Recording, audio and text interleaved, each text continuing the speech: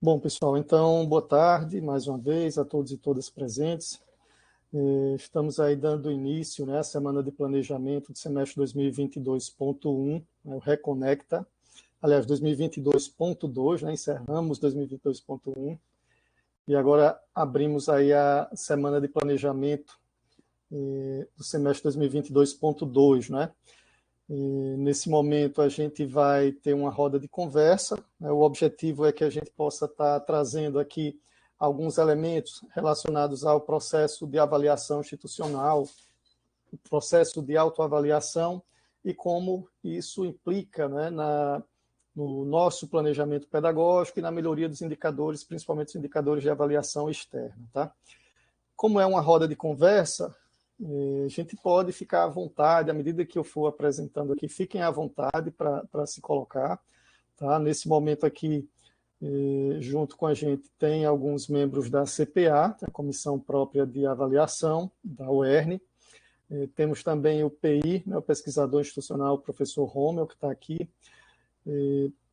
Não consigo ver todos os nomes aqui, mas sei que a professora Maura estava entrando, não sei se ela já está aqui, é vice-presidente da CPA da UERN, né? Fica bem pequeno para mim os nomes aqui.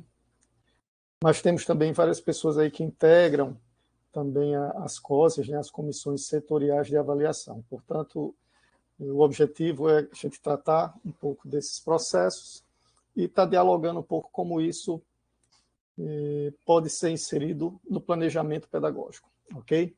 Então, vou apresentar e fiquem à vontade. Eu vou sair, não vou conseguir mais ver a tela, apenas os slides, e aí vocês podem ficar à vontade, tá? Larissa, qualquer manifestação no chat, você me comunica por áudio, se for o caso, tá bom? Ok. Bom, pessoal, então, para a gente compreender um pouco, né, falar um pouco sobre o processo de avaliação institucional na UERN, a gente precisa compreender onde é que ela se encontra, né, como funciona. Então, na UERN, nós temos, né, uma assessoria de avaliação institucional vinculada à reitoria. Né. Essa assessoria ela tem por objetivo promover a autoavaliação e dar visibilidade a todos os segmentos da UERN, né, sempre com vista à melhoria contínua e o alcance dos objetivos institucionais. Né. Hoje, com a nova configuração, a assessoria de avaliação institucional, que antes era apenas uma assessoria direta da reitoria, hoje já é um setor, possui dois setores, né, dentro dessa estrutura. O setor de acompanhamento, que é o setor que vai dar encaminhamento a todos esses processos, né, de autoavaliação, acompanhar todo esse processo, e um setor de apoio à pesquisa, que vai, né, trabalhar com levantamento de dados e subsidiar a ação do pesquisador institucional, do procurador institucional, sobretudo junto aos organismos de regulação e controle das instituições de educação superior, no caso do MEC. Né. A avaliação institucional, deixa eu ver aqui, ela compreende aí, então, dois processos, né? Um que seria a avaliação interna e outro que seria a avaliação externa. Esse da avaliação interna é o que a gente chama de autoavaliação, um processo que visa levar em consideração todos os instrumentos, as normativas, as orientações, né, regulamentadas que já existem, para que a gente se conheça, né, e consiga alcançar aqueles objetivos que são traçados muitas vezes em nossos planos, né, nos nossos planos de ação. Quando a gente pensa na instituição como um todo, temos lá o Plano de Desenvolvimento Institucional, o PDI, que é um dos documentos norteadores desse processo. Quando a gente pensa, essa é a nossa ideia, né, a conversa exata, quando a gente pensa em instâncias menores, mas que fazem parte, né, são às vezes instâncias iniciais do processo, como os departamentos, a gente também precisa ter os nossos planos bem definidos, que vão dialogar com esse plano de desenvolvimento institucional, com o PDI. Okay? E temos a avaliação externa, né, que é aquela em que os órgãos reguladores, vamos dizer assim, vêm avaliar a universidade. E aí a gente tem o MEC, né? O MEC que tem uma participação importante nos processos de avaliação externa da universidade, com uma série de indicadores que a gente conhece e pode trabalhar com base neles, e vamos ter o Conselho Estadual de Educação, dentro do Sistema Estadual de Educação, que é aquele que a gente tem uma maior proximidade, né? Ou seja, uma maior constância em todo esse processo. Lembrando que, nesse processo de avaliação institucional, ele vai estar vinculado, né, a algo maior, né, que é a lei que instituiu os SINAES, o Sistema Nacional de Avaliação da Educação Superior, e o Conselho Estadual de Educação faz parte desse sistema, né? Então, para os estados, os Conselhos Estaduais de Educação são responsáveis por promover essa avaliação externa. Isso sem desconsiderar o processo de avaliação realizado também pelo MEC. O que é que a gente deve considerar num processo de autoavaliação, né? Então, o processo ele precisa estar estruturado, então a gente tem uma série de documentos que são orientadores, vamos dizer assim, para todo esse desenho, né? Então a gente tem lá, por exemplo, o Plano Nacional de Educação, temos o Plano Estadual de Educação, temos a Lei dos SINAES, né, que é uma lei de 2004, né, que define aí todo o processo, né, que regulamenta todo o processo de avaliação da educação superior ainda vigente, né, embora ele esteja passando por discussão, mas ainda vigente, uma lei de 2004. Temos, para nossa realidade, né, a Resolução 05/2020 do Conselho Estadual de Educação, o PDI, né, o nosso Plano de Desenvolvimento Institucional, que vai até 2026, ou seja, nós estamos em 2022 e ainda temos aí 4 anos para alcançar aquilo que foi pensado, né, aquela imagem que foi pensada da universidade em 2026, ou seja, como estará o UERN em 2026, né, como é que se pensou a UERN em 2026. Então, o PDI é um elemento extremamente importante em todo esse processo. E o projeto de avaliação institucional da universidade, que vai se embasar em todos esses documentos, né, e que hoje se encontra disponível no site da avaliação institucional. Então, como é que funciona, né, a avaliação institucional na UERN? Então, a gente tem um setor que é a assessoria de avaliação institucional, porém, né, o protagonismo da avaliação institucional é da CPA, da Comissão Própria de Avaliação, que ela é regulamentada pela Resolução 13 de 2016 do CONSUNE. Então, essa resolução define a CPA, a Comissão Própria de Avaliação, né, define lá o seu regimento interno, diz qual a composição da CPA. A CPA ela é representativa, então tem representantes de todas as unidades da universidade, todas as unidades universitárias, né? Temos representações de todos os segmentos e também da sociedade civil, certo? Então, a CPA ela tem, né, uma composição bastante interessante para desenvolver esse processo de autoavaliação, certo? E dentro dessa composição da CPA, a gente vai ter as comissões setoriais de avaliação. Então, no mesmo regimento que define o processo de avaliação institucional, que define, né, a CPA, a sua composição, o seu funcionamento, a gente tem também as comissões setoriais de avaliação, né, as COSES, que hoje estão distribuídas por curso. Então, a gente tem uma estrutura de avaliação institucional na UERN extremamente representativa e que possibilita, né, uma ampla participação de toda a comunidade. Qual o papel das COSES, né? Como a gente está trabalhando, né, o planejamento pedagógico, então é interessante a gente trazer para cá e destacar um pouco o papel das comissões setoriais que estão lá nos cursos, né? Ou seja, cada departamento praticamente tem a sua comissão. Então, a COSE ela é responsável por fazer todo um trabalho de sensibilização, né, da comunidade acadêmica durante os processos de avaliação, tanto nos períodos de buscar uma participação no processo, mas também durante o processo de socialização dos resultados, né, desenvolver o processo de autoavaliação conforme o projeto de autoavaliação da universidade, né, e orientações da CPA, porque a COSE é como se fosse um braço da CPA. Né? Então, a CPA precisa do trabalho das COSES para desenvolver o seu trabalho enquanto comissão própria de avaliação.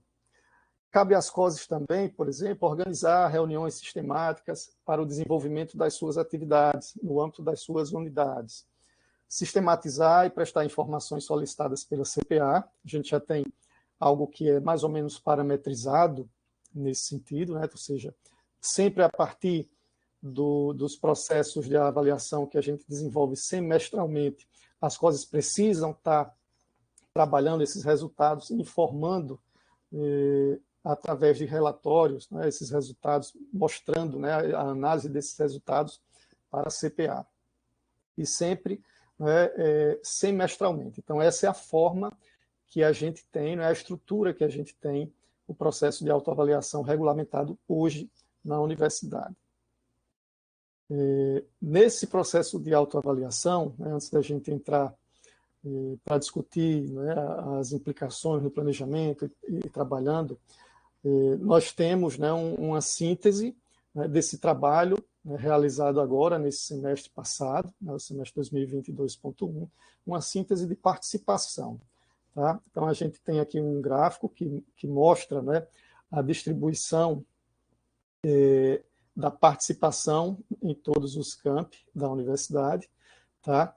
Então, nós temos o que é natural, né? Os campi com mais alunos com uma maior participação, então aqui em números absolutos, né?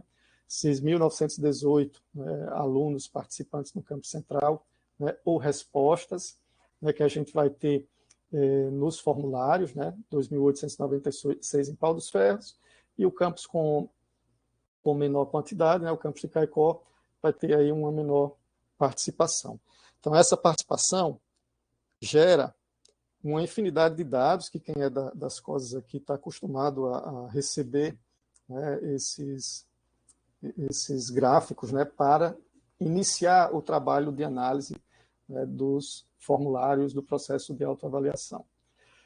Em relação aos docentes, né, também a distribuição bem parecida em termos de participação, sempre nos campi maiores, né, então temos 780 participações de docentes, né, no campo central, 240 Pau dos Ferros, 110 Natal, 122 Açu, 96 Patu e 79 Caicó. Tá? Aqui só para a gente ter uma ideia de que o processo ele permanece, né, e tem aí uma série de resultados em relação à participação. Um dos objetivos, né, da CPA e das COSES é sensibilizar o máximo para que a gente tenha sempre uma participação maior, né, nesses processos. Quando a gente compara aqui, por exemplo, os dados do semestre anterior, né, com o último semestre avaliado, a gente percebe que vem conseguindo isso, né? E aqui a gente coloca esses 2 semestres porque foram os semestres em que a gente retomou o processo de avaliação lá pela plataforma íntegra. Até então, a gente estava fazendo um processo de avaliação específico para o ensino remoto, né? Então, aqui, esses 2 semestres que a gente compara são exatamente os semestres em que o ensino presencial retornou à sua normalidade e a gente passou a desenvolver a avaliação por disciplina, diretamente na plataforma íntegra, ok? Então, a gente vê aí um crescimento, né, entre os 2 semestres na participação, assim como também no número de disciplinas avaliadas.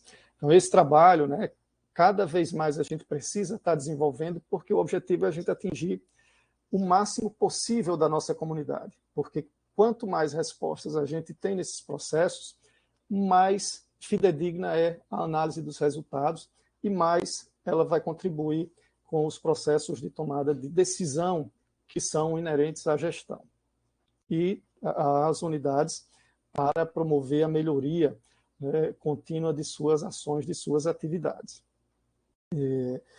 Quando a gente vai para a avaliação externa, né, a gente tem aí como um dos nortes, né, a Lei dos Sinais, né, a Lei 10.861 de 2004. Então, essa lei ela define como é que deve ser, né, a avaliação e qual o papel da avaliação nas instituições de educação superior do país, sejam elas públicas ou privadas, sejam elas federais, estaduais ou municipais. Então, ela traz ali 10 dimensões, que são as dimensões que vão ser trabalhadas e estão, abrangem os 5 principais eixos de avaliação dos sinais.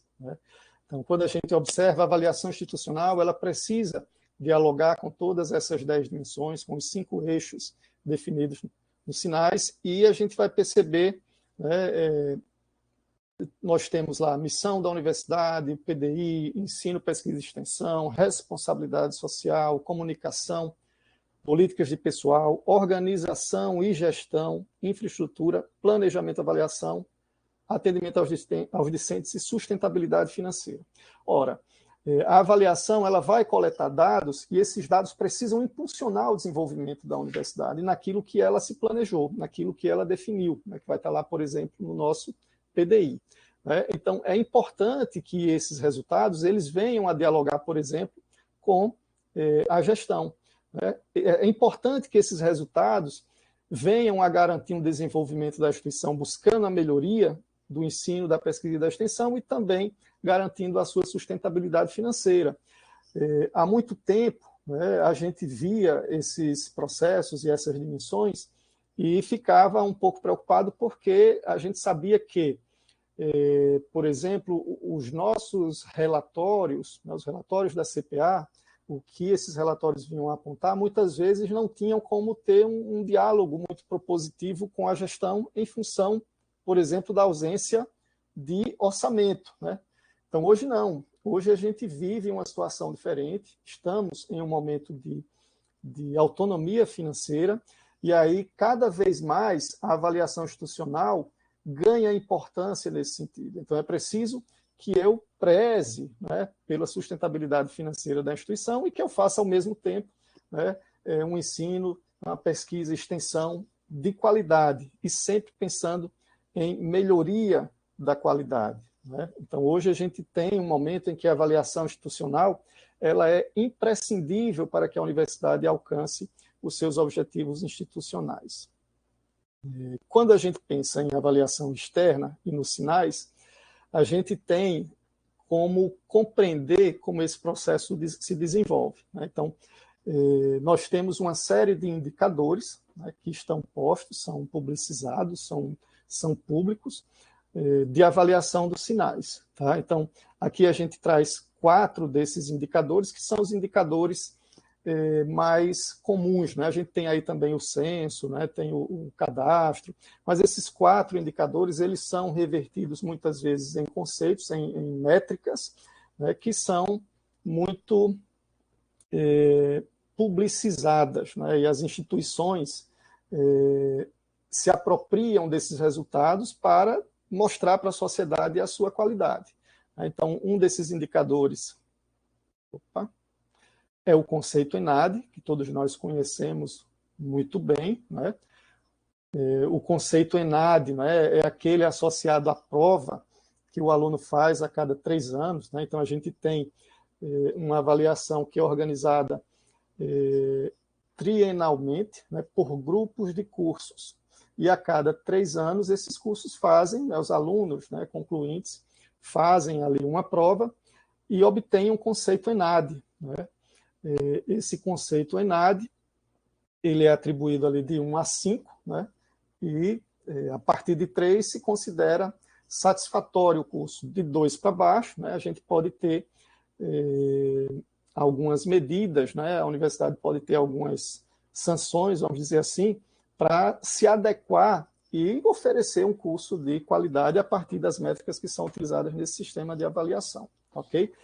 O conceito ENADE, a gente tem trabalhado, o Romeu está aqui, com os grupos que participam do processo, que vão participar agora em novembro, explicando bem o que é o conceito ENADE, porque ele não é apenas a prova do aluno, ele tem também outras instâncias de avaliação, como o questionário a ser respondido na instituição pelos alunos, e questionários que refletem a percepção do aluno no curso. Então, não é apenas naquele momento final que ele está concluindo, mas sim ao longo do curso. E como o ENAD é um componente curricular obrigatório, a gente vem sempre discutindo e colocando a necessidade, né, do ENAD ser pensado desde a concepção do projeto pedagógico, desde o processo de reformulação do processo pedagógico, de atualização do processo pedagógico. Ou seja, o ENAD ele precisa perpassar ao longo de todo o curso. Então, é algo que a gente pode planejar desde o início lá, desde a concepção ou atualização dos projetos pedagógicos de curso. Um outro indicador é o IDD, né, que é o índice de diferença normalizada entre a nota do Enem, né, o aluno que faz o ENAD, ele entrou pelo Enem, por exemplo, ele tem uma nota lá no Enem e ele obtém uma outra nota no ENAD. Né? Essa diferença, né, é o que vai dar o IDD, ou seja, é o valor agregado, é aquilo que a universidade conseguiu trabalhar na melhoria da formação daquele aluno que chegou aqui com um determinado nível e vai sair com outro nível. Então, o IDD também é um outro indicador importante no processo de avaliação das instituições de educação superior. O CPC, que é o conceito preliminar do curso, que se baseia aí, né, nos resultados ENAD e também no IDD, né, já eu mostro um diagrama especificando como é que eles dialogam entre si, e, por fim, o IGC, que é o Índice Geral de Cursos, é a avaliação da instituição, certo? Ou seja, qual a nota da instituição a partir desses processos relacionados aos sinais para a sociedade. Então, veja só, a gente está muito acostumado a dialogar com o Conselho Estadual de Educação, né? E, às vezes, isso faz com que, muitas vezes, no âmbito dos departamentos, a gente foque muito no Conselho Estadual de Educação e esqueça que a gente também é avaliado pelo MEC, né? Pelo Sistema Nacional de Educação Superior, né? Ou seja, dentro desse processo dos sinais. Ok? Então, aqui um diagrama, né? Deixa eu voltar aqui para a tela, para acompanhar. E qualquer coisa, pessoal, vocês façam, fiquem à vontade, tá? Eu vou apresentando aqui, depois a gente vai abrir para estar dialogando, mas fiquem à vontade para qualquer momento colocarem suas questões, para a gente dialogar. O objetivo aqui principal é que a gente possa desenvolver uma boa comunicação, certo? Então, não me deixem falando sozinho, não, até o final, tá bom? Fiquem à vontade. Esse diagrama, né, ele traz, né, mostra como esses conceitos dialogam entre si. Então, veja só. O Índice Geral de Cursos, que é a nota da instituição, vamos dizer assim, só vai ser calculada depois de se obtido o CPC, ou seja, o conceito preliminar do curso, e a avaliação da pós-graduação que é feita pela CAPES, certo? Então, esses dois indicadores, né, é que vão gerar o IGC, e também nessa escala aí de 1 a 5. Mas para que eu chegue ao IGC, né, aquilo que é a nota da instituição, eu tenho a necessidade de dialogar com várias instâncias e vários setores dentro da estrutura da universidade. Por quê? Porque eu só chego ao CPC, por exemplo, a partir do ENAD, certo? Do conceito ENAD, do questionário ENAD e do IDD. Então, esses três elementos aqui, não é, vão ser imprescindíveis para eu ter o CPC. E de onde é que vem o ENAD? Né? O ENAD é o componente curricular obrigatório. Então, é a formação do aluno, é a formação que a gente dá ao aluno. É como a gente prepara o aluno. Então, aqui eu preciso ter, por exemplo, uma participação muito efetiva dos cursos nesse processo. Né? Por isso que a gente bate muito nessa tecla do ENAD como componente curricular, ser pensado lá nos processos de planejamento nos departamentos, já na concepção, já nos processos de atualização dos projetos pedagógicos. Tá? Assim como também o questionário. Imagine só, a gente dialogando com os cursos, né, com os grupos que vão fazer ENAD agora, várias dúvidas que chegavam era porque os cursos tinham alunos que eram... o curso funcionava à noite, então os alunos não conseguiam se envolver tanto nas ações que o curso desenvolvia. Né? Os alunos não participam de pesquisa, não participam de extensão, não vêm para os eventos, eles trabalham, precisam estudar à noite, enfim. Então, o que é que acontece? É preciso que o curso adote estratégias para que esse aluno, é um perfil dele, é um perfil daquele curso, da oferta daquele curso naquele horário, para que ele compreenda o curso como um todo, embora ele não participe diretamente, né? E aí vem estratégias a serem desenvolvidas no âmbito do próprio curso, para que o aluno ele saia e tenha uma real percepção de qual curso ele fez, como é que o curso interagia com a sociedade, quais as ações que o curso desempenhou ao longo do período que ele esteve ali. Né? Então, é muito importante, né, o curso trabalhar essas estratégias para que o aluno tenha realmente uma percepção efetiva de todo aquele período que ele fez o seu curso. Tá? O IDD, como a gente já falou, né, além do desempenho do ENAD, leva em consideração a nota que ele obteve no Enem. Né?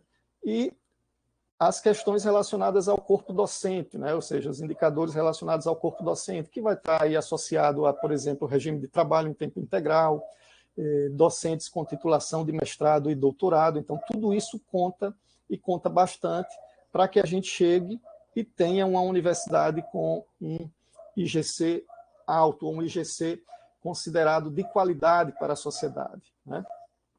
Então, aqui a gente já tem aí um diagrama em que mostra um pouco da necessidade de corresponsabilização e de planejamento para que a gente obtenha melhores resultados nos processos de avaliação externa.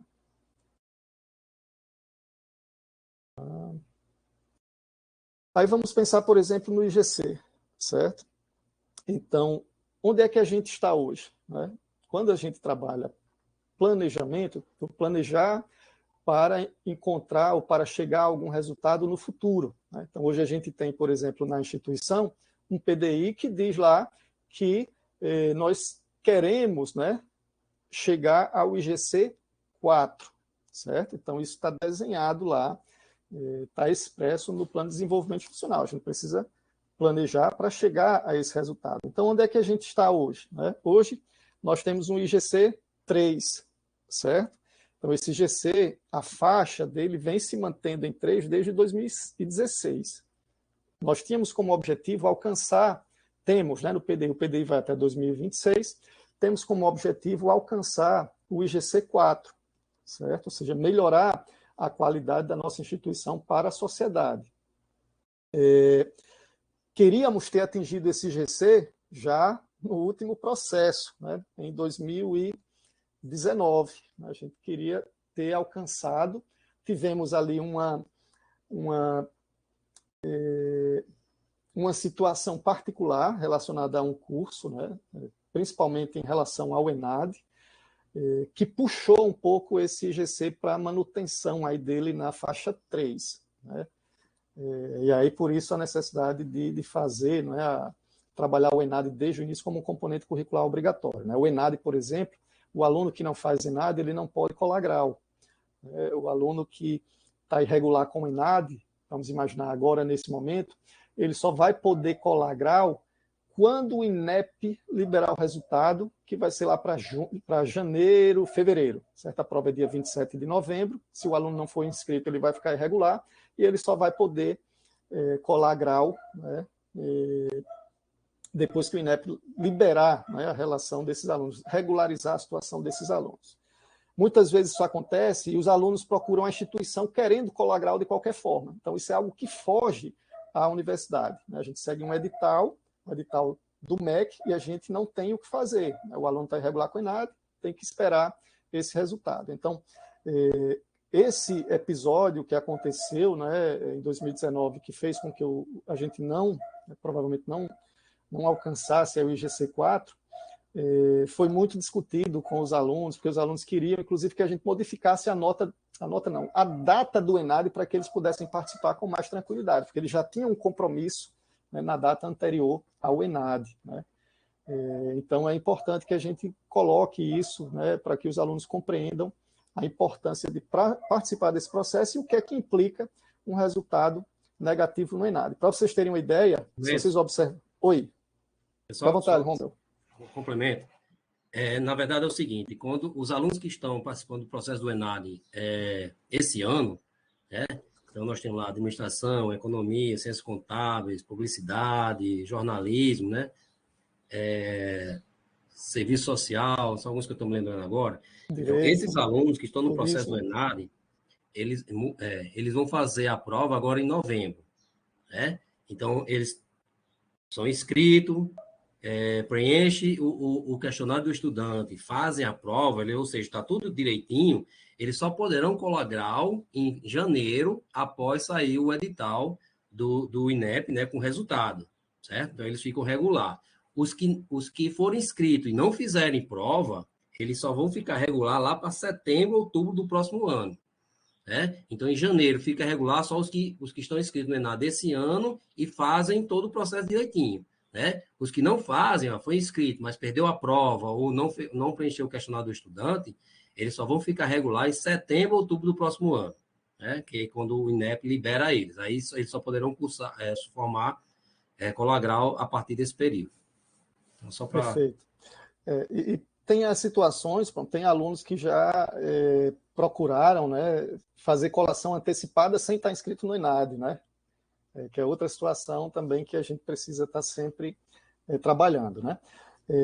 Líria, né? Vai ter um momento de pergunta, sim, mas fique à vontade, tá? Se quiser ir participando, sem problema nenhum.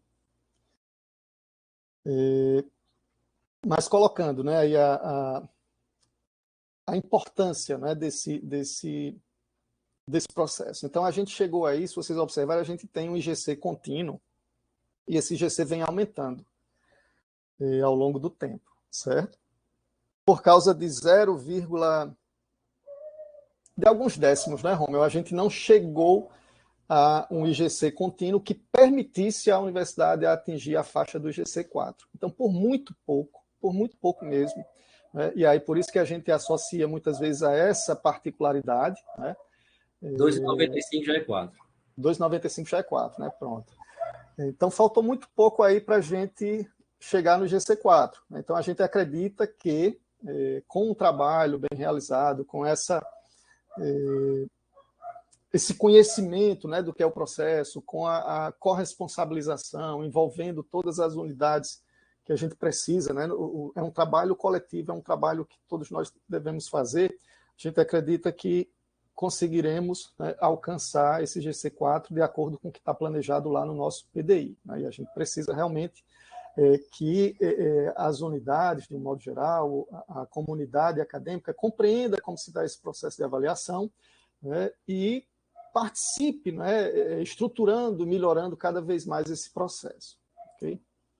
Então, onde a gente quer chegar? Né? A gente coloca aqui, a gente quer sempre, né, a partir dos feedbacks, dos processos que são extremamente necessários. Então, é sempre com esse feedback que a gente identifica, né, após o processo de avaliação, onde é que a gente precisa melhorar. Né? A gente precisa agir para fazer essa melhoria, sempre pensando onde a gente quer chegar. Então, a gente busca sempre a melhoria contínua, e aqui a gente coloca, né, um desejo que a gente vem pactuando já com os grupos ENAD, que é trabalhar para obter o conceito máximo no ENAD. Tá?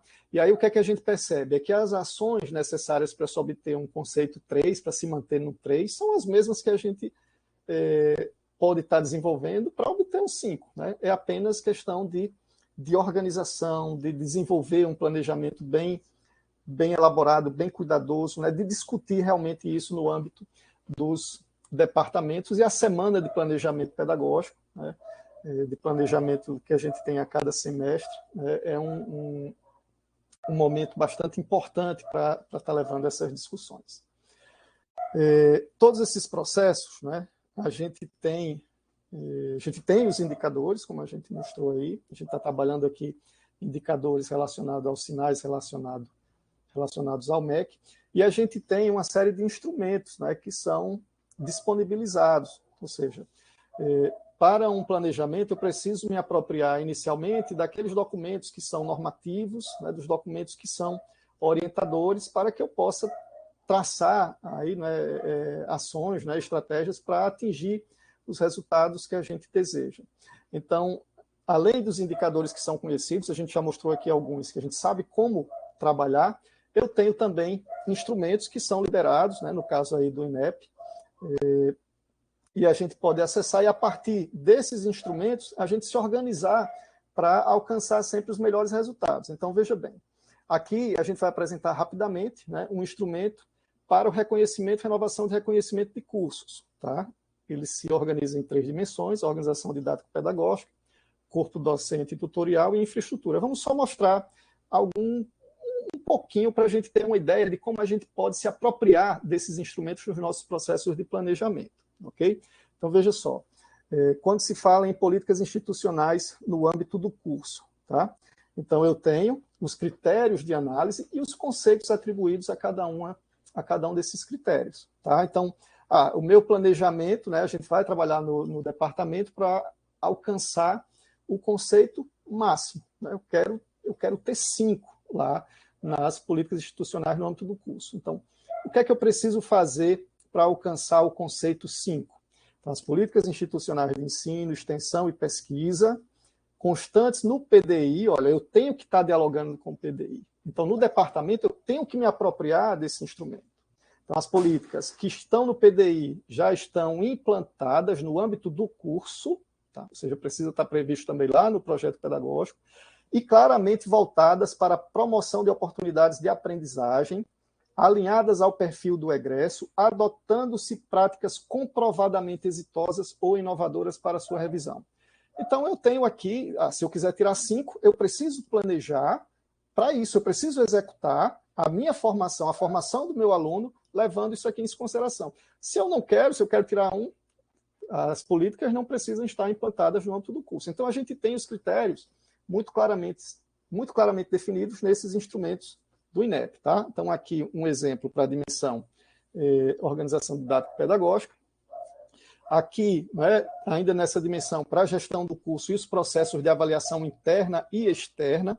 Então, veja só, a gestão do curso é realizada considerando a autoavaliação institucional, a gente já viu aqui como é que funciona o processo, e o resultado das avaliações externas como insumo para aprimoramento contínuo do planejamento do curso, com evidência da apropriação dos resultados pela comunidade acadêmica e existência de processo de autoavaliação periódica do curso. Então, para tirar 5, eu preciso ter isso. E aí o departamento, né, é a célula onde eu preciso estar trabalhando isso. Ok? E aqui, né, a questão relacionada ao núcleo docente estruturante. Então, existe núcleo docente estruturante? Existe. Ótimo. Então, já não tenho aqui o conceito 1. Né? Eu já vou ter aí um conceito melhor que 1. O NDA existe e tem determinadas situações, aí eu vou pontuar de 2 a 5. Eu quero 5. Então, como é que deve ser o meu NDE? Possui no mínimo 5 docentes do curso, seus membros atuam em regime de tempo integral, pelo menos 60% possui titulação estrito sensu, coordenador de curso como integrante, atua no acompanhamento na consolidação, enfim. Então, eu tenho aqui os critérios muito bem definidos, né, pelo INEP. Tá? O que é que a gente tem aqui? O nosso reconhecimento de curso ele não é feito pelo INEP, ele é feito pelo Conselho Estadual de Educação. Porém, muitos de vocês que já receberam comissões aqui em loco, perceberam que as comissões dialogam muito fortemente com esses instrumentos do INEP. Tá? Então, é a base. Por quê? Porque o Sistema Estadual de Educação ele não está isolado do Sistema Nacional, certo? Lógico que carece. O Conselho Estadual de Educação ainda tem, né, uma missão aí de desenvolver indicadores próprios de avaliação e isso deverá acontecer para os próximos anos. Okay? Mas hoje a gente tem esses critérios. Se eu atendo bem aqui os 5, por exemplo, com certeza, ao ser avaliado pelo Conselho Estadual de Educação, eu não vou fazer feio e provavelmente terei a nota máxima nesses critérios. Ok? Mas para o Conselho, que é com quem a gente dialoga, será que existem indicadores? Embora eu não tenha instrumentos específicos, será que há algum indicador para que a gente possa estar trabalhando no planejamento? Então, a gente vai ter, né, indicadores aí que a gente pode considerar que estão nessa nova resolução de 2020, né, na resolução 05 de 2020, que trata de tudo relacionado às instituições de educação superior. Tá? Então, quando vem a parte das universidades, né, eu trouxe aqui apenas 3 incisos do artigo 64, para a gente perceber que a gente pode se apropriar desses indicadores e organizar isso no âmbito do departamento. Tá? Então, no processo de inovação de reconhecimento de curso, vocês, a cada ciclo, né, a PROEG chega lá e diz, olha, pessoal, vocês têm um prazo X para encaminharem o processo, né? E aí os processos têm que andar em todas as instâncias, e muitas vezes, quando a PROEG chega com essa sinalização, o departamento está iniciando, é como se, eu já fiz, vou esperar o próximo ciclo para iniciar. Isso precisa ser permanente, né? Então, por isso a importância do planejamento e da avaliação. Precisam estar andando juntos e continuamente. Então, se eu já conheço os indicadores, já sei como é que devo fazer, eu não posso parar esse trabalho. E aí vem o papel, por exemplo, do NDE, o papel das COSES em todo esse processo. Tá? E aí eu tenho claramente, por exemplo, eu preciso demonstrar a produção científica do meu departamento, dos professores do meu departamento. Tá? Então, eu preciso ter uma estrutura no departamento que, ao se planejar, pense em como organizar isso, né? Esse nível de informação. Quem aqui está nos programas de pós-graduação percebe que isso funciona muito bem ali nos momentos de coleta CAPES. Né? Os programas de pós-graduação já estão organizados, independente da universidade. E aí, olha, vai ter avaliação. Não, eles já sabem, né? E eles se organizam para isso, né? E alimentam, por exemplo, a plataforma Sucupira. Né? Tem um sistema próprio para isso. No nosso caso, a gente precisa organizar isso no âmbito dos departamentos, para deixar, primeiro, que o processo ele seja realmente contínuo, que a gente esteja acompanhando, avaliando e indicando, né, evidenciando as melhorias. Tá? Então, produção científica é um indicador que está claro lá na Resolução 05/2020. Dados sobre pesquisas realizadas, também está claro. Tudo isso a gente tem nos departamentos. Só muitas vezes falta a organização desses dados, né? Seja através de um sistema, a gente acredita muito que com o advento do cigarro, muita coisa a gente pode estar sistematizando, mas seja também por uma própria organização interna no âmbito do departamento. Né? Detalhamento da atuação do NDE é outro indicador. Então, a gente tem, muitas vezes, os NDEs funcionando, só que muitas vezes sem registro. Né? E não só o registro das reuniões, mas o registro da comunicação com o departamento. Né? Tipo, o NDE identifica alguma necessidade de atualização do PPC e precisa encaminhar isso para o departamento, formalizar, né? Porque isso é um comprovativo de que está funcionando o processo. Né? Ou seja, o NDE identifica, né, no processo de avaliação, o departamento se apropria e encaminha os processos necessários para a efetivação, né, dessas atualizações. No âmbito do credenciamento e recredenciamento institucional, também temos lá uma série de indicadores na resolução do Conselho Estadual de Educação, como, por exemplo, quantidade do percentual, né, do corpo docente em nível de mestrado e doutorado, produção intelectual institucionalizada, corpo docente, não é, um percentual com regime de tempo integral ou dedicação exclusiva, e também, não é, a oferta de cursos, né, que deve ser considerado no processo de renovação do reconhecimento da seguinte maneira: 10% dos cursos tem que ter conceito excelente. Então, veja só a implicação, né, daquele resultado final que a instituição tem, nesse caso aqui, para um processo de recredenciamento institucional, ou seja, para a instituição continuar existindo, o que é que a gente precisa ter de resultados que são conseguidos a partir de um planejamento lá na unidade, na célula, uma das células principais que a gente tem, que é o departamento acadêmico. Ok? 15% muito bom, 25% com conceito bom. Ok? E aí o que é necessário, né? O que é preciso fazer para que a gente alcance melhores resultados, né? Então a gente coloca aqui, por exemplo, o ciclo PDCA como uma ferramenta bastante didática, interessante para que a gente compreenda, né, a dinâmica e a continuidade, a permanência desse processo de avaliação, né? E aí é sempre o quê? No âmbito lá do departamento, planejar, avaliar, sempre com esse sentido de corresponsabilização. Como a gente viu aqui, o resultado final da instituição ele vai ser conseguido a partir do trabalho, né, obtido lá nas suas células, que são extremamente importantes, né, mas são as células lá dos departamentos. Às vezes a gente tem, e eu digo isso porque, como professor, né, a gente fica, isso aí é problema de gestão, né? Aqui vamos fazer o nosso trabalho. Só que a gente precisa se enxergar também como gestão nesse processo, né? Ou seja, a corresponsabilização, a gente se sentindo fazendo parte, né, a sensação de pertença, né, a responsabilidade por nossas ações é que vão impactar numa universidade muito melhor e com maior reconhecimento da sociedade, né? Além dos próprios cursos, né? Imagine só, vocês todos passam por isso, quando o curso é avaliado ali pelo Guia da Folha, que tem 4, 5 estrelas, né? Imagina a euforia que é por ter um resultado positivo. Imagina como a sociedade vê isso, né? Então, aqui nós temos uma série de processos pelos quais a gente precisa passar, né? São processos obrigatórios, são processos normativos, e para isso a gente precisa se organizar, e é com esse processo, né, com o planejamento e a avaliação contínua nos departamentos, com esse espírito de corresponsabilização, que a gente consegue alcançar esses objetivos, tá certo? Então, é preciso que a gente compreenda quais são os compromissos que a gente tem. A gente tem uma série de compromissos, e isso está previsto também no SINAI, está previsto no nosso PDI. Então, a gente quer ser uma universidade forte, socialmente referenciada, afro-referenciada, plural, diversa, tudo isso a gente quer. Que compromissos a gente tem com isso? Uma série de políticas que estão postas aí, né?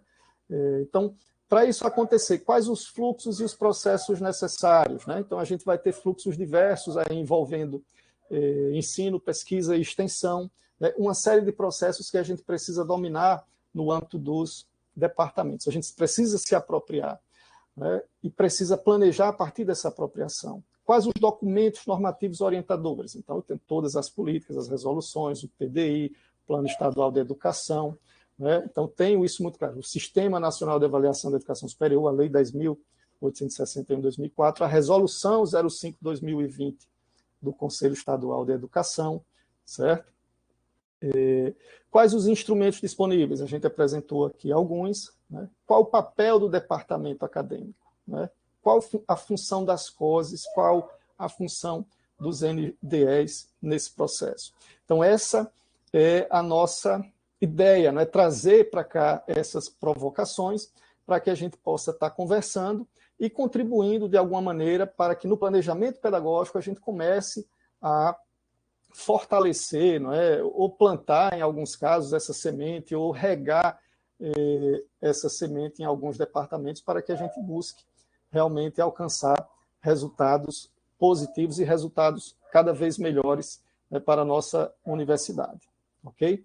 Então, era essa apresentação que a gente tinha, né, para que a gente pudesse desenvolver aí um canal e possa estar aqui discutindo, conversando, dialogado, como é a proposta dessa roda de conversa hoje na Semana de Planejamento. Então, o objetivo é agora realmente a gente estar conversando, dialogando sobre isso, por isso vou ficar sem falar e deixo cada um à vontade aí para colocar as suas dúvidas, as suas inquietações, as suas sugestões, para que a gente possa sair daqui com uma boa reflexão para iniciar ou dar continuidade a esse processo.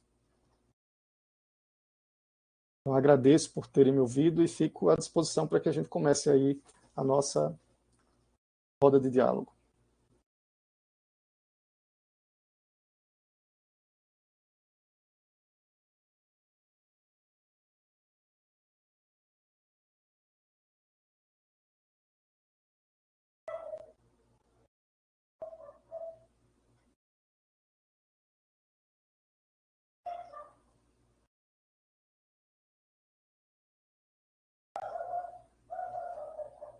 Vocês estão conseguindo acessar o microfone?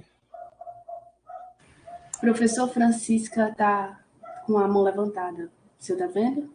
Não.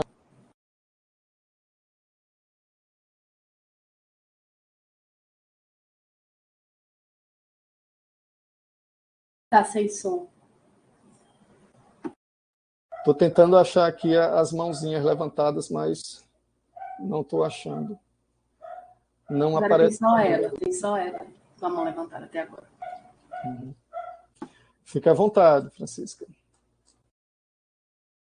Tá sem áudio.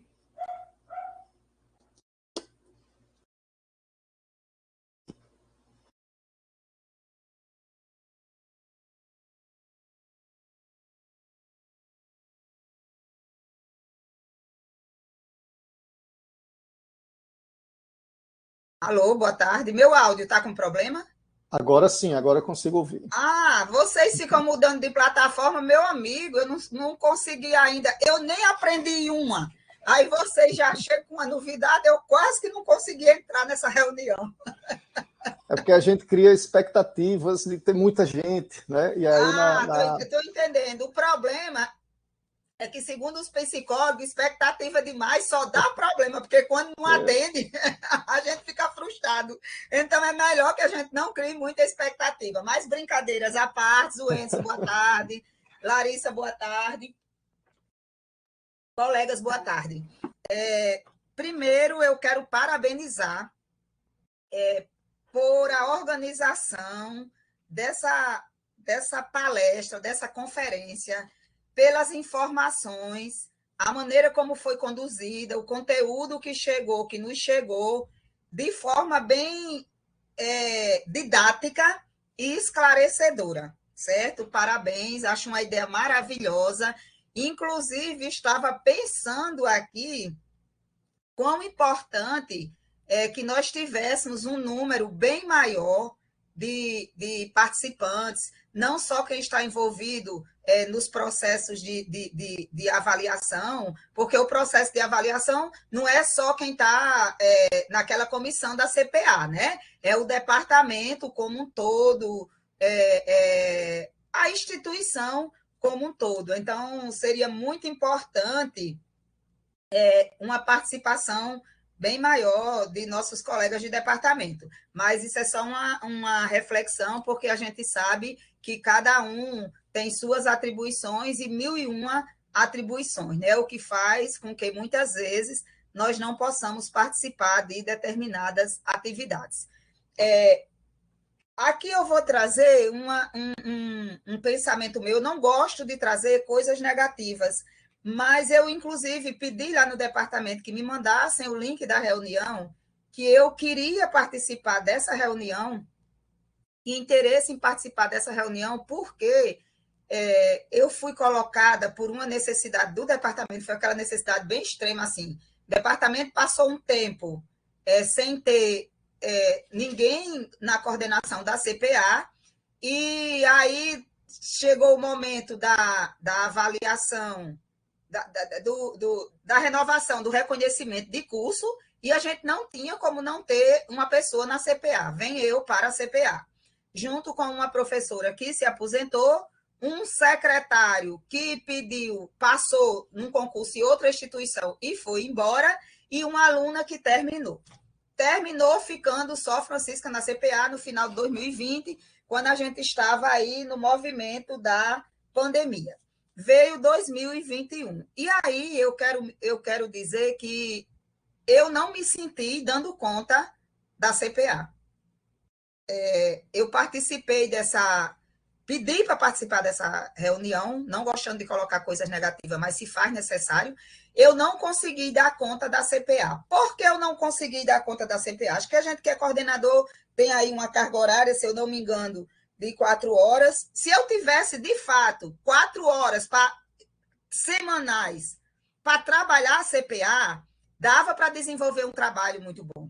Mas a gente fica botando 1 hora, fica tirando de outras atividades. Por exemplo, eu coordeno um mestrado. Então, metade da minha carga horária já vai para o mestrado. Como vocês sabem, é a nossa realidade de carga horária. Aí vem PIBIC, aí vem extensão, aí vem PIN, orientações de mestrado, orientações de graduação, e termina as comissões ficando de lado. E a gente não desenvolvendo o trabalho.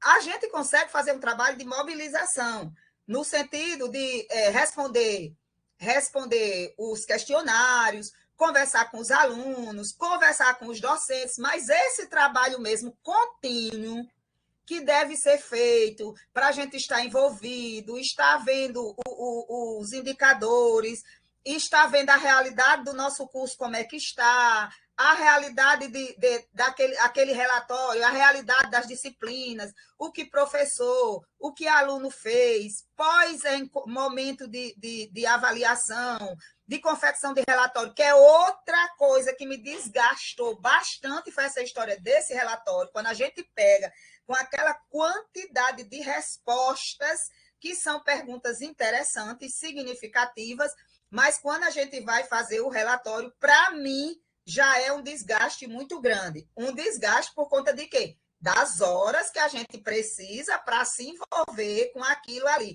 Ah, tem 4 horas, mas nós não temos essas 4 horas. A realidade é isso, é essa. E no final das contas,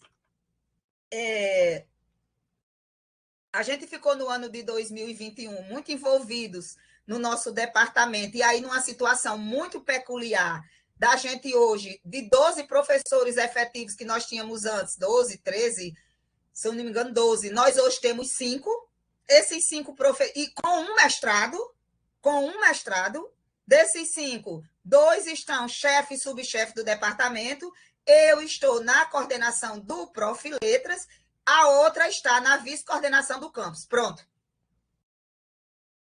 Acabou. E aí a gente está com disciplina no mestrado, está com disciplina na graduação, e aí nós temos os professores substitutos, que esses professores só podem ministrar disciplinas.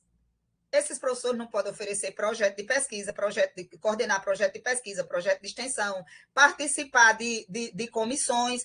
E isso, minha gente, colegas, está complicando demais a situação da gente, e nosso trabalho de avaliação está sendo aquele trabalho muito específico para um momento. Aparecida, linda, está sendo um trabalho muito específico para aquele momento. Vai responder os questionários, a gente fica mobilizando os alunos, falando com os professores, pedindo os professores para mobilizar os alunos, entrando, perguntando se respondeu, indo numa sala de aula, indo na outra. Quando dá, fecha o relatório, que no nosso caso, aí eu vou me expor logo aqui, que eu gosto de transparência. No nosso caso, nem foi feito, porque eu adoeci, na realidade, estou me recuperando de um processo de burnout.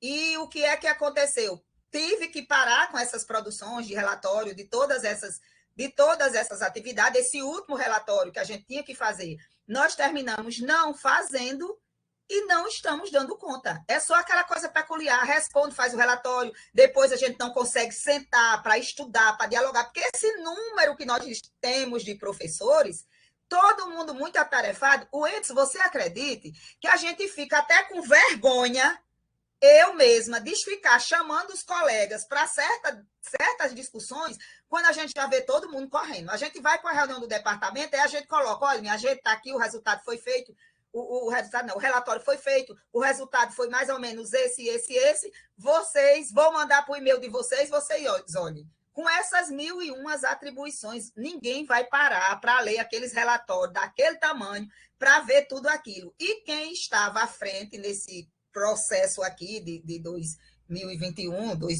que deveria estar agora em 2022, mas fiquei esse tempo quase todo afastada.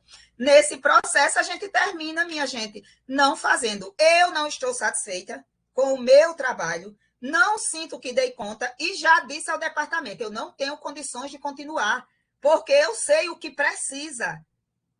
E agora, depois dessa reunião de hoje, menos ainda, porque realmente tem que ser uma pessoa que consiga ter suas 4 horas. Não é que as 4 horas da semana sejam poucas, não. Elas dariam, sim, para a gente realizar um bom trabalho. O problema é que nós não temos tempo para isso.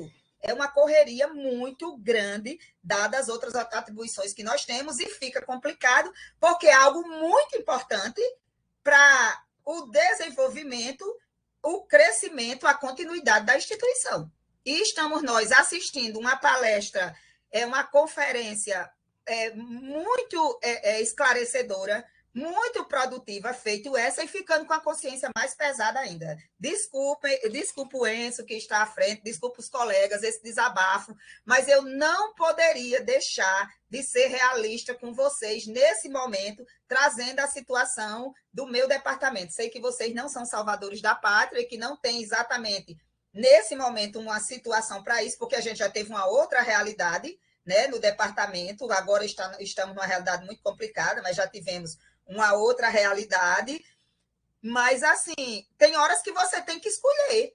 É complicado. Eu estava dizendo, minha gente, eu não tenho condição de entrar em mais nenhuma comissão desse departamento, porque eu não dou conta. Foi por ficar uma quantidade de horas exagerada, produzindo, entrando por noite e por madrugadas, e para dar conta, por exemplo, desses eventos que a gente tem que publicar, que tem que ter um número X de participação, né, dessas orientações de mestrado que a gente tem que ter. Aí a graduação não tem como ficar sem nossa orientação, porque só tem 5 professores efetivos, precisa da gente ficar horas e horas, que eu fiquei exatamente nesse desgaste que eu estou agora. Não só por isso, mas por isso junto a outras atividades institucionais. E aí, minha gente, a gente sabe que espera que as coisas melhorem, né? Nós esperamos que melhore, mas a realidade do nosso departamento é muito delicada. Eu estava olhando aqui, se eu não errei, salvo engano, não sei, acho que não tem mais ninguém aqui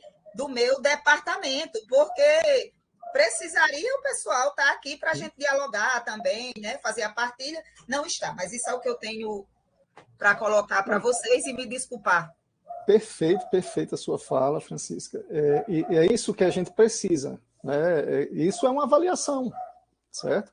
A gente precisa se acostumar a avaliar também os processos e as condições de realizar, certo? Então, por exemplo, a gente tem, e aí eu acho que nunca imaginei que quando chegasse na avaliação institucional ia conseguir dialogar tanto com o que eu já tinha feito na universidade, né? Então, a gente tem um pré-diagnóstico, né? Lógico que é uma visão minha, mas as falas, né?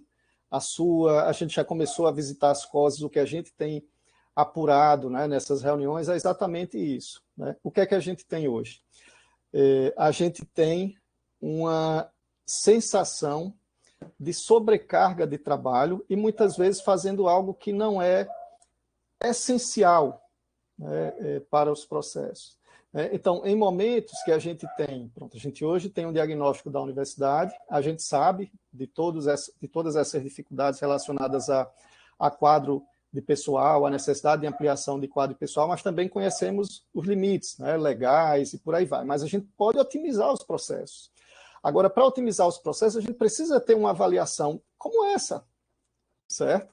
A gente precisa estar conversando, a gente está dialogando com as coisas, né? Já fomos a alguns campi, o próximo será a Sul, e na sequência Caicó, né? A gente vai fechar os campos para depois começar a discutir com as COSES aqui no campo central pela facilidade, né? O fato da gente estar aqui é muito mais tranquilo a gente conseguir disponibilidade nos departamentos, nas unidades para estar tratando disso. A gente já colocou também, não é, agora no seminário de avaliação institucional, junto às unidades, a necessidade desse trabalho ter um acompanhamento das unidades, certo? Até porque, por exemplo, o funcionamento do processo de avaliação na universidade hoje, as COSES foram criadas para funcionar por unidades, certo? Por algum motivo, naquele momento, né, 2016, quando a resolução foi aprovada, as COSES passaram a funcionar por curso. Então, o que é que a gente tem? Uma série de resultados, muitos resultados, e a gente não consegue trabalhar com eles. A nossa avaliação não está sendo eficiente. E aí a gente precisa começar a pensar também nesse processo, em reorganizar esse processo, em produzir dados que sejam realmente essenciais àquilo que a universidade previu no seu PDI ou aquilo que ela precisa atender do ponto de vista dos organismos reguladores, certo? Então, a gente mostrar como funciona e tentar levar para os departamentos, para que os departamentos discutam no planejamento, né, como desenvolver isso, né, é uma forma também de estar despertando de que a gente precisa aprimorar o processo. E a gente aprimora esse processo a partir dessas realidades diagnosticadas, certo? O caso de letras ASU é um caso que a gente vem acompanhando, até porque você não deixa a gente ficar sem acompanhar, né? Você diz lá, olha, não mandei, não vou cumprir o prazo, a situação é essa. É verdade, Wendson, é verdade. Pronto, tem outros cursos com a mesma, e a gente acompanha isso e percebe, é sensível, né? E por isso que a gente está pensando aí em estratégias de otimizar o processo, né? Por exemplo, o que é que a gente começa a perceber quando discute com as COSES? Será que eu preciso fazer, né, tantas perguntas semestralmente? Ora, se eu for levar em consideração os ciclos de avaliação, né, com base nos sinais, os ciclos são trienais.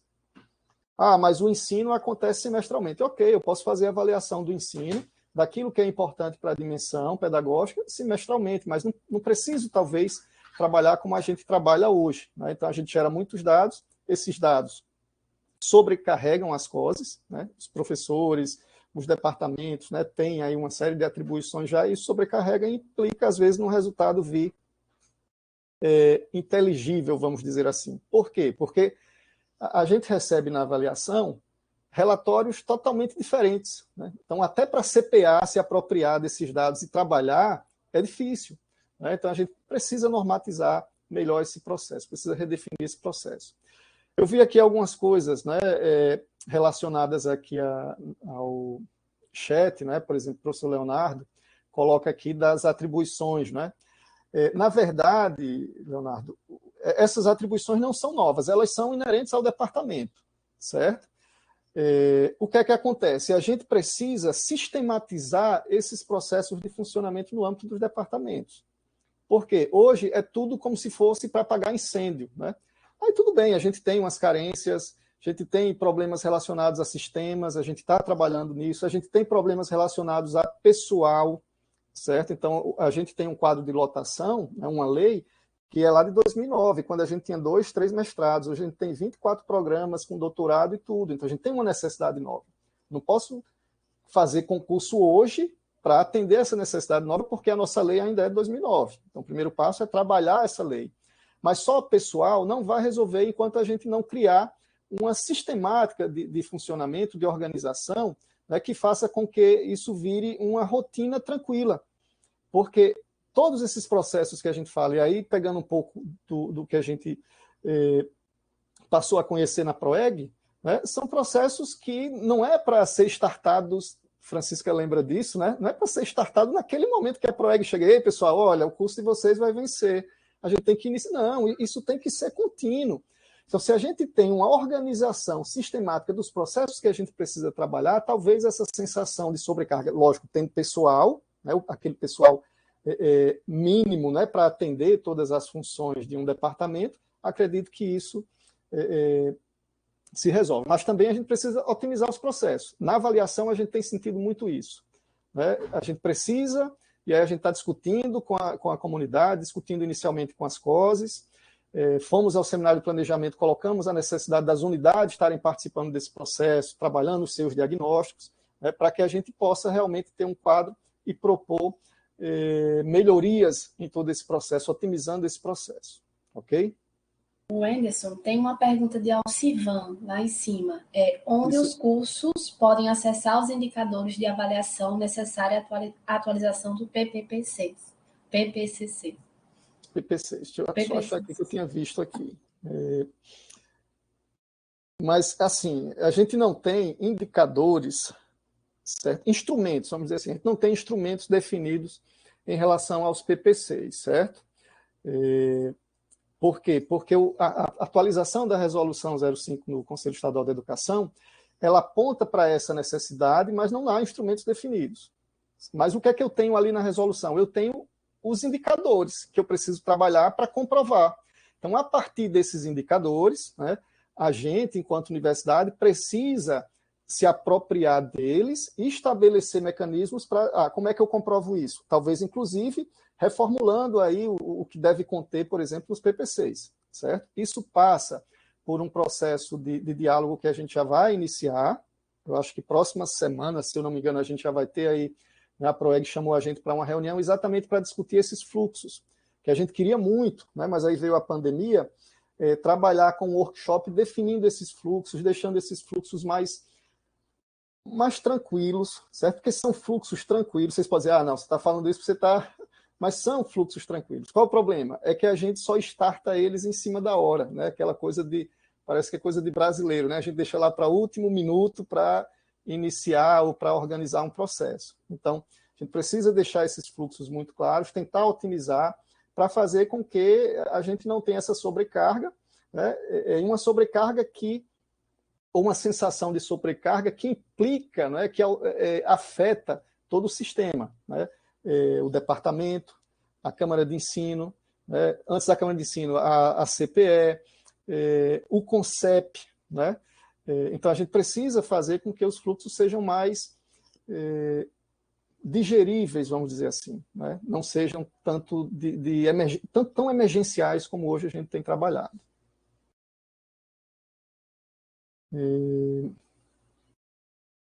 E Alcivan é da CPA, né? Vai com certeza contribuir muito com a gente já discute muito, né, para otimizar ou criar instrumentos nesse sentido de otimizar o processo de avaliação. Tem outra coisa. Tem uma pergunta aí de Manassés. Por que as COSES precisam reenviar os gráficos com os resultados da avaliação institucional para a CPA? Se é a própria CPA quem produz e tem acesso a esses gráficos? Pronto, aí é a forma como a gente está com o processo regulamentado na UERN, certo? Então, o regimento, ele cria a CPA e cria as COSES. As COSES fazem o acompanhamento dos cursos, hoje, né?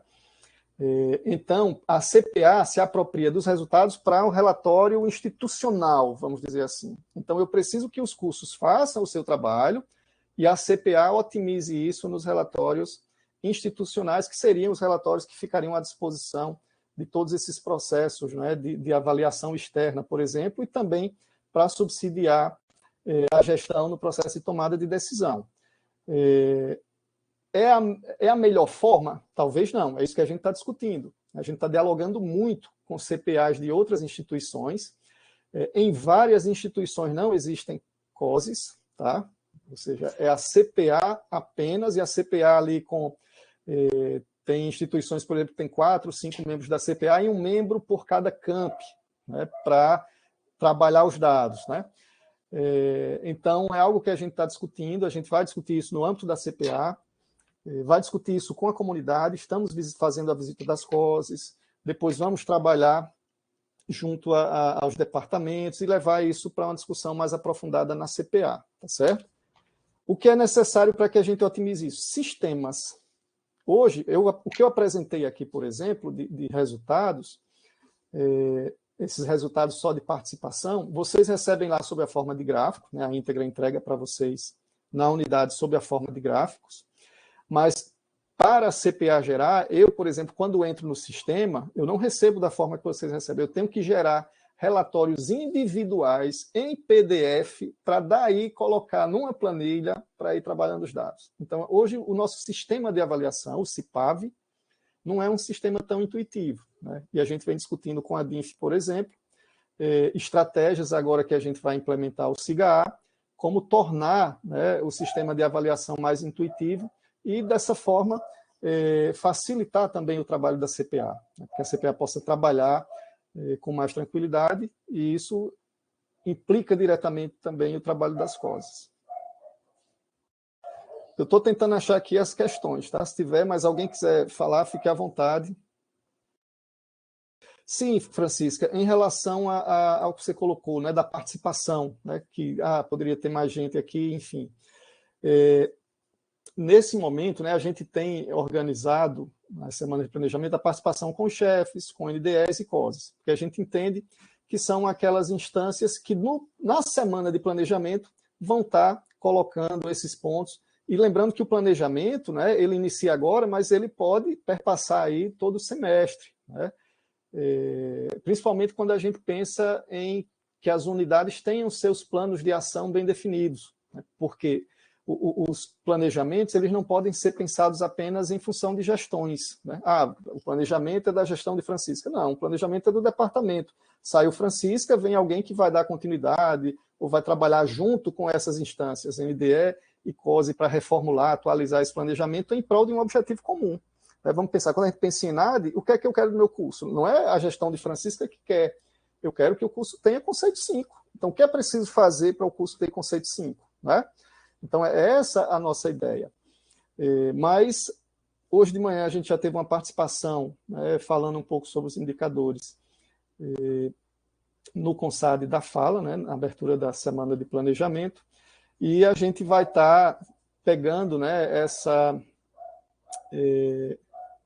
sua colocação para estar levando isso para mais pessoas na universidade, né, envolvendo aí toda a comunidade. Tá? Ótimo, eu não vi o documento que veio, eu pensei que era aberto a todos para a instituição, né?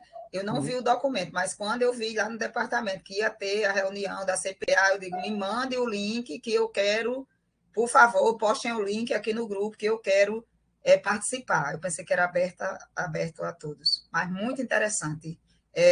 Eu até vi aí colocado, não sei quem foi a pessoa que colocou, que pode solicitar, acho que foi Larissa, que pode solicitar a gravação, né?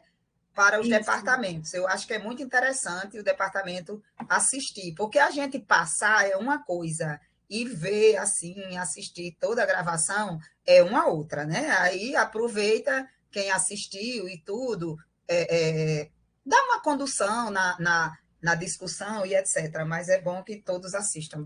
Achei bem interessante.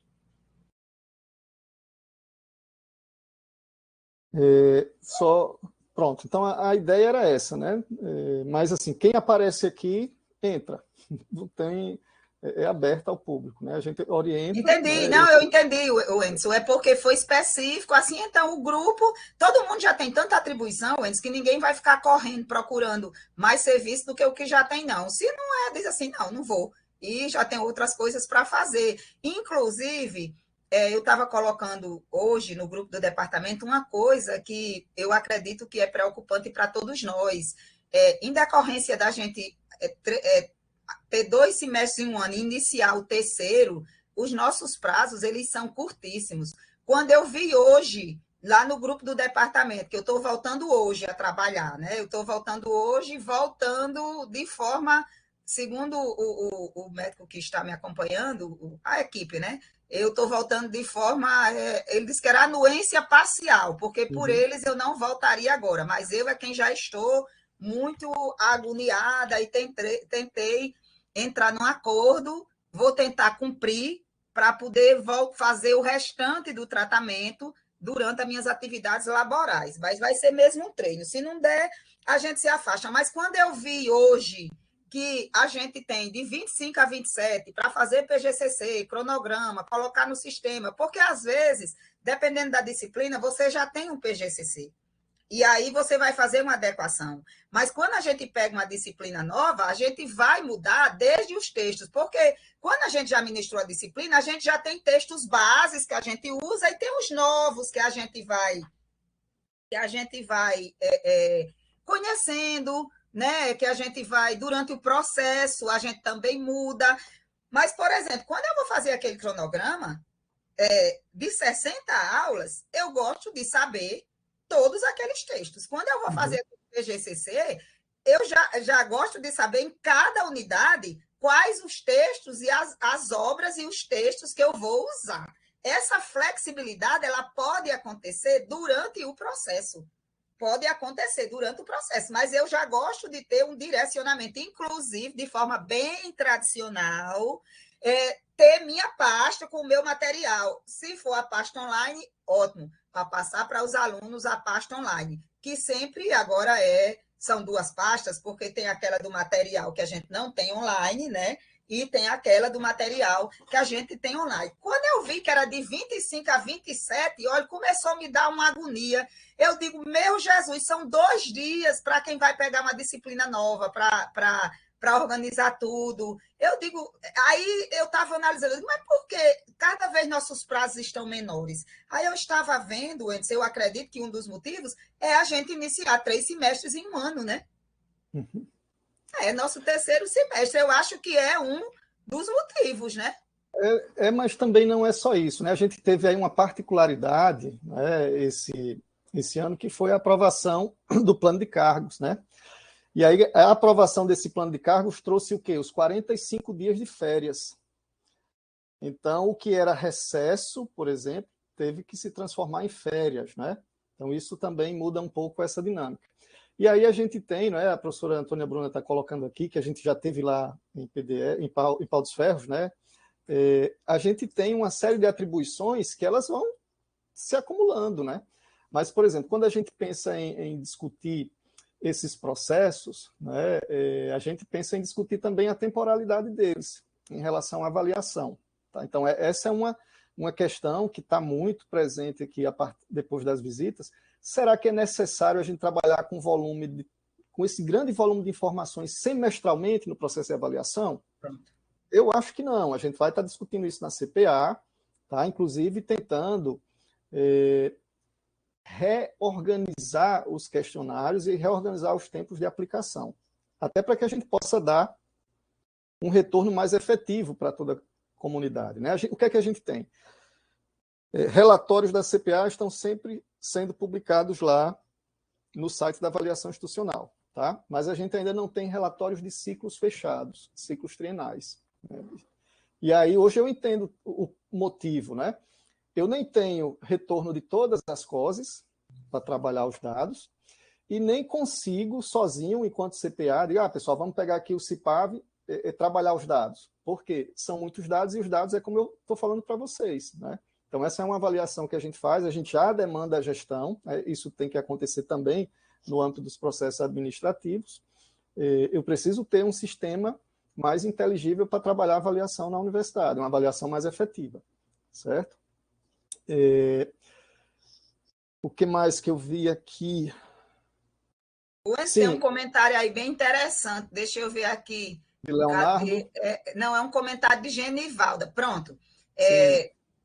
Como se trata de avaliação mesmo, né? Ela diz, considere necessário que os professores substitutos possam participar das diversas atividades e não apenas do ensino. Eu estou colocando esse comentário como muito importante porque é algo que a gente tem discutido, inclusive no nosso departamento, né? A gente tem discutido sobre isso e como você está em sintonia com a PROEG, né? com as demais pró-reitorias, eu sei que essas coisas não mudam do dia para a noite, mas para elas mudarem, é necessário que aconteça a discussão. Pode não mudar enquanto eu, Genivalda, Eugênia, Leonardo, eu estou dizendo que são nomes que eu estou vendo aí, que estamos aqui na instituição, mas isso pode vir, começando um trabalho, um diálogo, vendo a importância, pode vir a mudar para outros, né? O que a gente precisa é começar a pensar e discutir essas questões. Eu achei esse comentário de Genivalda muito pertinente.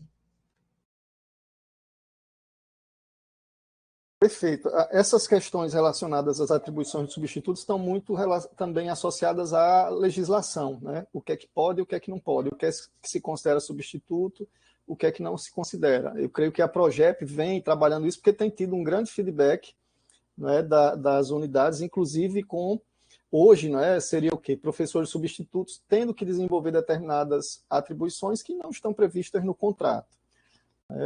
Isso é importante também. E aqui, Leonardo, né, coloca uma questão que é desde sempre, Leonardo, que existe, né, que diz respeito aí, eu vou chamar de capacitação de gestores, né? Não só capacitação de gestores, mas também definição do que a gente chamava de manual de rotinas administrativas por setores. Então, é necessário, né, porque a gente não faz concurso para ser chefe, né? Mas é uma das atribuições, por exemplo, não só dos docentes, mas também de técnicos que assumem aí diversas funções, e é preciso que a gente trabalhe nesse sentido. Então, a Progep tem já um programa com várias possibilidades de trabalhar, né, com esse objetivo, tá? E a gente ficar atento também a formações que estão sendo, né, ao longo do ano, outras vão ser disponibilizadas junto à escola de governo, né? Exatamente em relação à gestão pública, né? Porque a gente precisa se apropriar de muita coisa para assumir determinadas funções, e a gente não se apropria de imediato, né? Há toda uma construção para isso acontecer, certo? E essa questão das rotinas administrativas, né? Hoje, principalmente, que a gente tem feito concurso, tem recebido, né, técnicos, até recentemente a gente ainda estava chamando novos servidores, né? Então, servidores que chegam, o que é que eu vou fazer, né? Então, você precisa, muitas vezes, ter um manual de rotinas, os fluxos muito bem definidos do que acontece em um departamento administrativo, do que acontece em um departamento acadêmico, né, quais são as funções, né, quais são as atribuições, por exemplo, de quem assume uma função ali de nível superior, de quem assume uma função de nível médio. Então, é preciso realmente atualizar, né, todo esse fluxo a partir dos novos concursos que a gente realizou. Está anotado aqui, eu até passei aqui uma mensagem para a Larissa, né, embora fique gravado, Larissa, é bom a gente fazer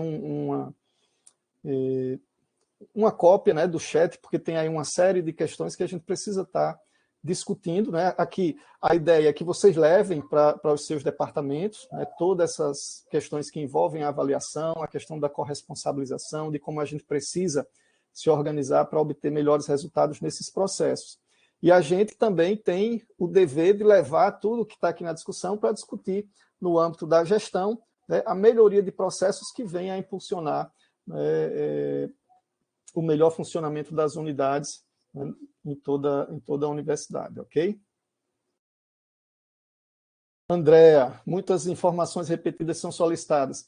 Pois é, a gente tem percebido isso, né? Porém, algumas informações, elas deveriam estar ali no departamento. Por isso que a gente fala da organização, né? Por exemplo, se eu chegar hoje em um programa de pós-graduação, eles têm lá as informações que a gente precisa por causa do Coleta CAPES. Então, eles têm isso sistematizado já, né? Então, os departamentos precisam trabalhar com isso, mas concordo.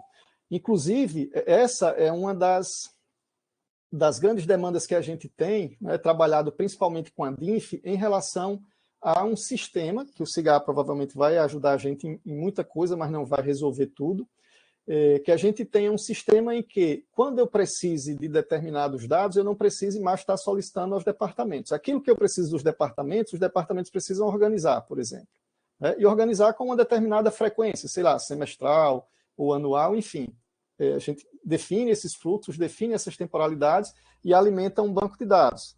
E aí eu preciso, não vou pedir ao departamento agora esses dados, porque eu sei que os departamentos já têm e já está lá no sistema, eu vou puxar do sistema. Então, essa é a ideia que a gente pretende desenvolver. Tá? Algumas coisas, né, a gente está em construção também. Por exemplo, a gente falou aqui sobre credenciamento e recredenciamento da instituição. Né? Então, a avaliação institucional fez uma solicitação de uma série de dados às unidades, né? E as unidades demandaram aos departamentos para construir uma espécie de diagnóstico que as unidades precisavam apresentar, os diretores precisavam apresentar no seminário de avaliação, tá? Para, a partir desse diagnóstico, a gente começar a trabalhar com planos de ação em nível de unidade. Eu acho que logo uma semana, 2 semanas depois, a gente precisou de novos dados, certo? Só que o que é que a gente achava? Não, ele já tem uma parte dos dados, mas aí não tinha, porque muitas unidades não conseguiram trabalhar, mas a gente imaginava, já tem uma parte dos dados e virão esses novos dados, né?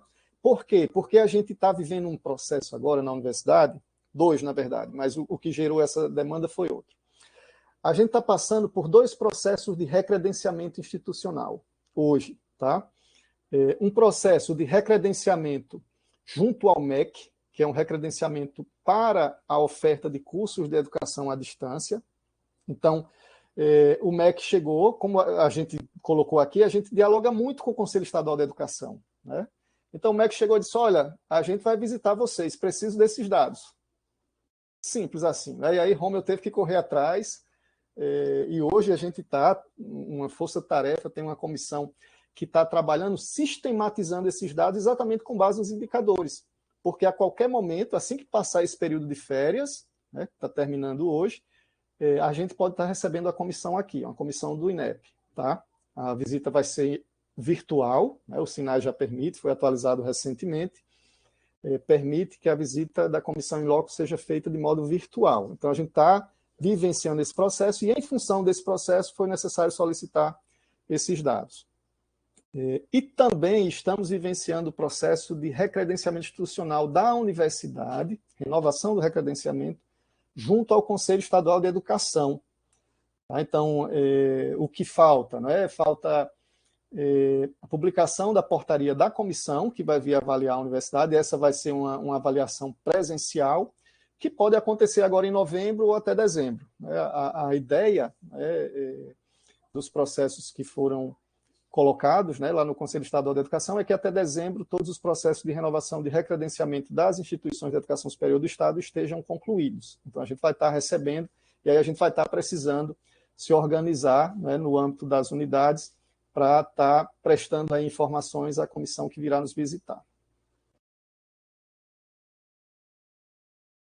Ok? Sirleide coloca aqui da solicitação do fórum, isso a gente já teve uma reunião para tratar disso, né? Exatamente para essa questão da sistematização dos dados, organização e sistematização dos dados para diminuir essa demanda que se torna muitas vezes repetitivas, né?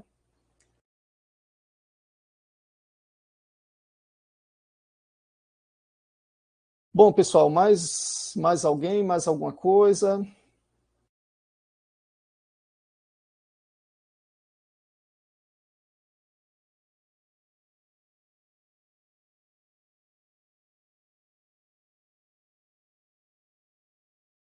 Estão vendo aí uma tela que eu compartilhei agora?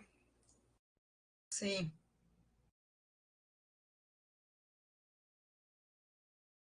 Para mim ela está parecendo bem pequenininha, não sei se para vocês também. Está pequeno, tá pequeno, Enzo, para a gente também. O nome Reconecta é que está grande, o restante, porque o nome já é em destaque, mas o demais está... Deixa eu ver se eu consigo ampliar. Pequeno para a gente ver. Ah, agora está melhorando.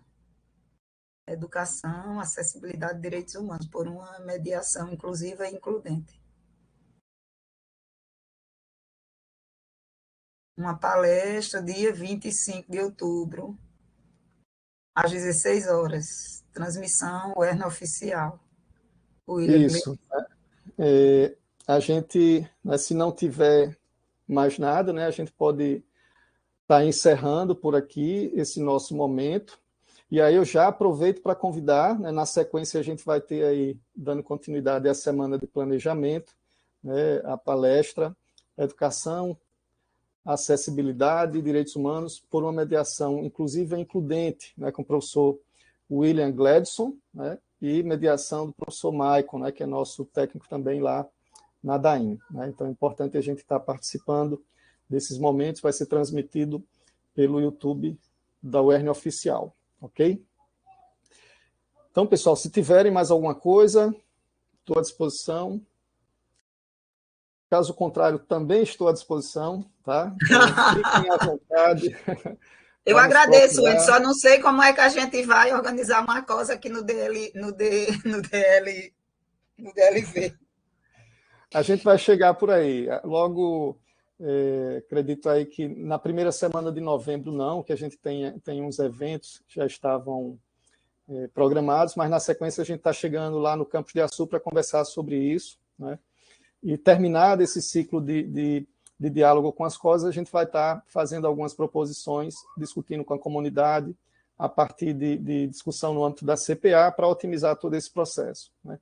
Por exemplo, né, a partir do diálogo, né, eu tenho colocado isso também para a CPA, é uma posição muito minha ainda, não é uma posição definitiva, mas é um ponto de partida. Acho que as coisas não precisam ser por curso, que as coisas precisam ser por unidade como foram criadas lá. E aí pensar como elas funcionariam bem, né? Então esse é o nosso desejo, tá? Quanto à lista de frequência, a RNP cria automaticamente uma lista, tá? Depois, eu não sei se ela chega lá para o e-mail de vocês, mas depois a gente a gente consegue fazer esse controle, né, diretamente pela sala, tá? A Larissa está atenta para isso aí. Então, quem está aqui, para você entrar lá, você teve que colocar seu nome, então a gente consegue gerar uma lista de presença, ok? Pessoal, obrigado mais uma vez, né, pela paciência. Vamos aí, né, juntos construindo cada vez mais, né, uma universidade melhor para todos, né, para nós e também para a sociedade que espera muito dela.